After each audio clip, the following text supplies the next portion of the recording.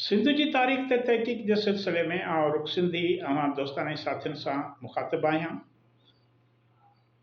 सिंध के ज़ातियुनि ऐं बिरादरियुनि ते ॻाल्हि ॿोल के सिलसिले में अॼु पाण हिकिड़ी अहम ज़ात बि आहे ऐं ज़ात जे जेका सरदार आहिनि वॾा माण्हू उन्हनि जो लक़ब बि आहे ॼामोट। ॼामोट सिंध में ऐं ख़ासि करे वरी लस ॿेले वारे इलाइक़े में ॼामोट जेके आहिनि उन्हनि जी हिकिड़ी पंहिंजी अलॻि सुञाणप आहे, सिंधी ॼामोट। हाणे ॼामोट ॼाम इहे सभु हिक ॿिए सां सलाहियल आहिनि। ॼाम ॼामोट ॼामड़ा त इहे सिंध जा जेके समा हुक्मरान आहे, समा दौर में जेके मुख़्तलिफ़ इलाइक़नि में हुक्मरानी कंदड़ हुया बिरादरियूं या कबीला के पाण खे ॼाम सॾाइण लॻा, उन्हनि जा सरदार हाकिम के वरी ॼामोट सॾाइण लॻा। पाण गुज़िरियल वीडियो में ॼाम बाबति ॻाल्हि ॿोल कई त ही समा कबीले या सिंधी क़ौम जो जेको सरदारनि जो लक़ब हुयो ॼाम, त वरी उन्हनि जा जेके हेठियां सेकंड सतह ते जेके हुया सरदार उन वरी पाण खे ॼामोट सॾाईंदा हुया।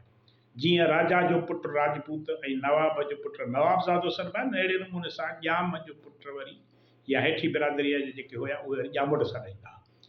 ही को ख़ासि कबीलो न आहे, न वरी को नस्ल आहे, पर ही हिकिड़ो हुननि जो तख़ल्लुस चइजे या हुननि जो जेका लक़ब चइजे। माना उन मां इहो पधिरो इहो थो थिए त हिननि पाण खे तबक़ाती बीहक सबबि ॼाम ऐं ॼामोट सॾायो। हाणे ॼामोट तुंहिंजी ॼामी असुल कीन विकामी, जंगी तोखे जाट चवनि सिधो आहीं सामी, राजूड़ानम राजपूत आहीं हादी थींदे हामी। हाणे हिते जाट बि हिनखे कोठनि था, ॼाम बि कोठनि था, ॼामोट बि कोठनि था। ही हिकिड़ी लक़ब आहे। ॼाम ॼामोट जाट राजपूत सामी समाट इहे हुननि जा जेके से तबक़ाती हवाले सां हुननि जा लक़ब आहिनि।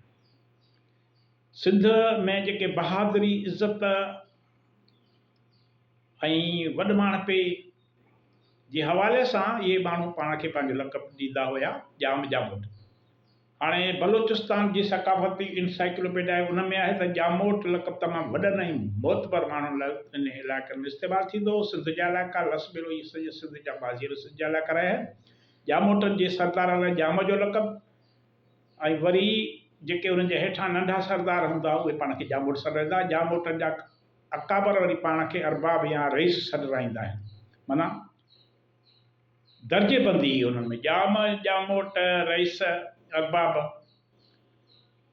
त मक़ामी जेके तारीख़दान आहिनि उन्हनि मुताबिक़ जेके रूझा बुरफ़त गुंगा ऐं इहे जेके ॼामोट मुख़्तलिफ़ वक़्तनि ते लस ॿेले जा हाकिम हुआ उहे पाण खे ॼामोट सॾाईंदा हुआ।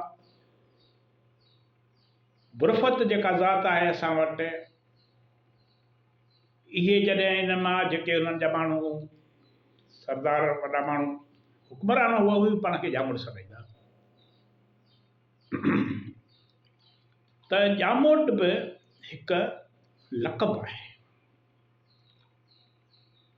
जॾहिं त किथे किथे हाणे उहा जेका हिकिड़े बिरादरी जो तसवर बि रखे थो। केतिरा ई माण्हू वरी पाण खे ॼामोट ज़ात बि कोठाइनि था ऐं लक़ब बदिरां किथे किन इलाइक़नि में ॼामोट ज़ात ऐं बिरादरी शिकिल इख्तियार करे चुकी आहे। तव्हांजी वॾी वॾी महिरबानी। ईंदड़ वीडियो ताईं इजाज़त।